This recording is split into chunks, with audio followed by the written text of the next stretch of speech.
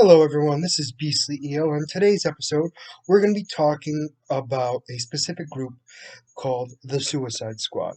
We're going to do a character spotlight, or team spotlight I should say, on them.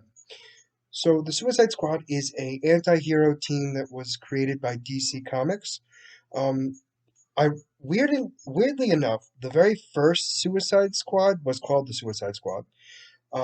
But it was not what I thought it was. It had none of the characters we are aware of.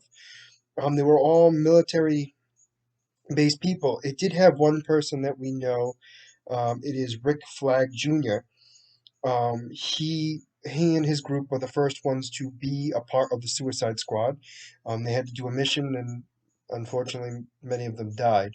Although that isn't the main Suicide Squad that we're aware of, because later on the Suicide Squad was a team created by Amanda Waller that basically made convicted convicts become basically her slave.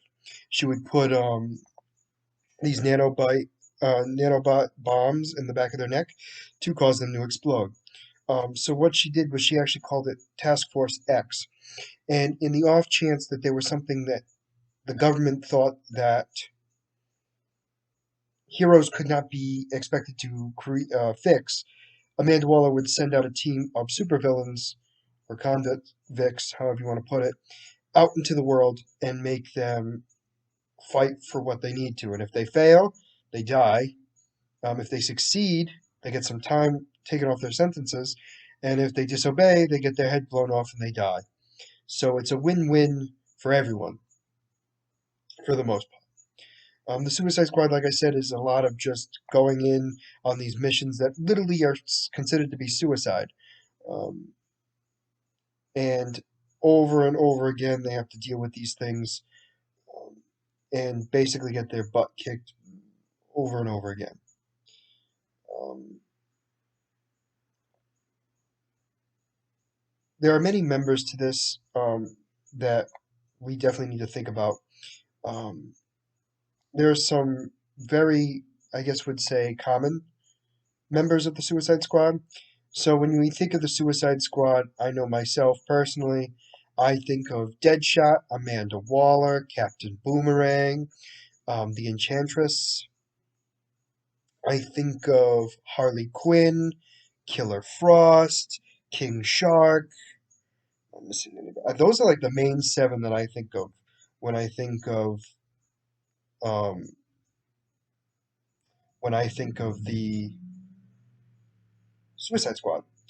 There are so many others, though. I mean, we have Deadshot, I already mentioned, Rick Flag, who's just a regular soldier. We have the Bronze Tiger. We have Blockbuster. We have Mindboggler, Nemesis, Nightshade, Plastique, Black Orchid, Kronos, Penguin, Multiplex, Slipknot, Parasite, Manhunter, Duchess, Speedy, Vixen, Mr. 104, Tinkerer, Weasel, Psy, Javelin, Captain Cold, Shade, Oracle. Oh, I didn't realize Oracle was in it.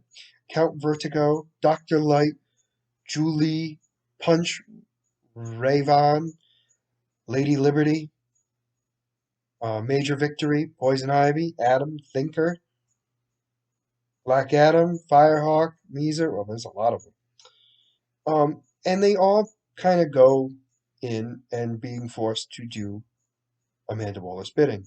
So the reason why the squad is on the talk this time is because of the new Suicide Squad that just came out, where it's similar to a, how do I put it, a sequel to the original, but it's also not at the same time. So we wanted to talk about their members a little bit. So Deadshot. So let's actually talk about Amanda Waller first. Amanda Waller is a horrible person. She's the director of deadly missions on the Suicide Squad. She specifically does research on people with powers. Um, she is ruthless, does not care about anybody. She's a high-ranking officer and can get a lot of stuff done. She's a skilled strategist, utilizes her political influence. She's skillful in multiple firearms, and is expert in her aim. She does not miss at all. Then we have Rick Flagg. Rick Flagg is another person who does not have any superpowers. He is just a military man. He is went through the ranks and had to deal with a lot in the military. He also has a master of military tactics and strategist, and he's a master in armed and unarmed combat. So yeah, he's another one that doesn't have any superpowers. And then we have Deadshot. He's for those of you who don't know who he is, he's Floyd Lawton. Sorry, I said the name wrong. He is known more as a Batman villain, and we think of him as basically a marksman, obviously. He's a highly trained assassin. He's got dangerously skilled with his marksman. He is able to shoot long range and be accurate from almost anywhere. He's a martial artist. He's great in hand-to-hand combat. He's proficient in explosives or knives. He's an expert tactician, strategist, and planner. He's able to utilize high-tech equipment, and obviously he's a skilled gunsmith. So yeah, he's definitely not afraid to do what he needs to do. Um, Next on this list is Harley Quinn.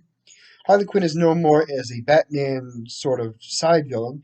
She's known more to be Joker's sidekick, Poison Ivy's girlfriend. She's only just recently started to have her own pull in the universe. So she starts off as being Joker's sidekick and victim to now being more her own person. So she's in the Suicide Squad. She's a trained psychiatrist. She's an expert gymnast. She has the ability to use weaponized props. She actually has a genius level intellect, and she's skilled in hand to hand combat. She's definitely also very unpredictable. Even though she is very intelligent, that does not make her any less crazy. She is still unstable at times, and you've got to be careful with her. Next on this list is obviously Captain Boomerang. Captain Boomerang is somebody who's known more as a Flash supervillain. So he's an expert marksman. He's really good at fighting, but what gets me is his choice of weapon is a boomerang. So he has trick boomerangs, he has weaponized boomerangs, you name it. He's basically like Arrow, or the Green Arrow, but with boomerangs, and he's the Flash's enemy. Yeah, he's kind of boring. His real name is George Harkness, and he's Australian, or always sounds Australian. But yeah, not gonna lie, kind of boring of a character he is, because he really doesn't have all that much going on. He's more of like a haha funny character. He's not really more of the um, great personality. So next on this list, he's been a part of the Suicide Squad a lot, and he's been known to be in the Suicide Squad, and I think that's where he's known for the most, I would assume. Seems like it. We have El Diablo. Now, El Diablo is a man who is able to have pyrokinetic abilities. Pyrokinesis, sorry. He's able to create and manipulate fire. He's been in the Suicide Squad films, obviously, and he's a gang member that's trying to do good now. So that's why he's big into the Suicide Squad. He wants to help out, but he's also killed a lot of people. One of his biggest things he did, which why he wants to do good now, is because he accidentally killed a couple of kids while burning down a house, and he regretted a lot of it. That's El Diablo. Next on this list is King Shark. King Shark is one of my favorite characters. I loved him in the comics. So King Shark is a creature. He is humanoid shark. He's able to walk on land. He's considered a demigod. Um, and so he's very much a humanoid shark creature. So he's got arms, legs. He's able to breathe underwater. He has superhuman strength, stamina, durability, and vulnerability. He's got sharp claws and shark-like teeth. He's got enhanced senses and sonar capabilities. He's able to breathe underwater and do a lot of things underwater. Basically, anything he can do on land, he can do on water. He has regenerative healing factor, longevity, and he's resistant to telepathy, which I find very interesting. Yes, he's been known to take out a lot of people um, because of his how powerful his flesh is. He's able to protect himself against the pressures of the deep and even from physical attacks themselves. He's able to breathe on land and in water, and he's resistant to cold, which I find very interesting. And he's got incredible strength and able to pierce the skin of Kryptonians because of the mystical nature of his teeth. Oh, that's interesting. I did not know that about him, but good to know. So those are the main ones who are in the Suicide Squad.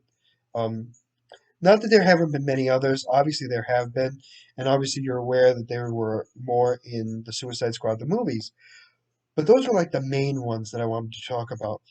They seem to have the much more impact and the much more like, oh, we know they're definitely in the Suicide Squad. But yes, so the Suicide Squad, like I said, has been a big thing. They're basically only doing missions that are basically suicide missions that nobody else wants to do. And Amanda Waller is a badass who basically forces them to do it every single time. And honestly, they're one of my favorite groups because there's such a dynamic between them all. They don't always want to work together, and because of that, it makes it so much more interesting and so much better in the long run, which I definitely like. So seeing them try to work together on a mission is kind of hilarious because it almost always fails. Normally with somebody's life, which isn't funny, but sometimes it is, depending on who it is. And they're all villains, so what do you care? So let me know what you think in the comments. Was there a character that you wished I talked about more? Let me know in the comments. I'm going to be doing more of these twice a week until Death Battle starts, so on Mondays and Fridays. But for now, if you like the content you see, please like and subscribe below. Other than that, this is Beastly Eel signing out. Have a good night.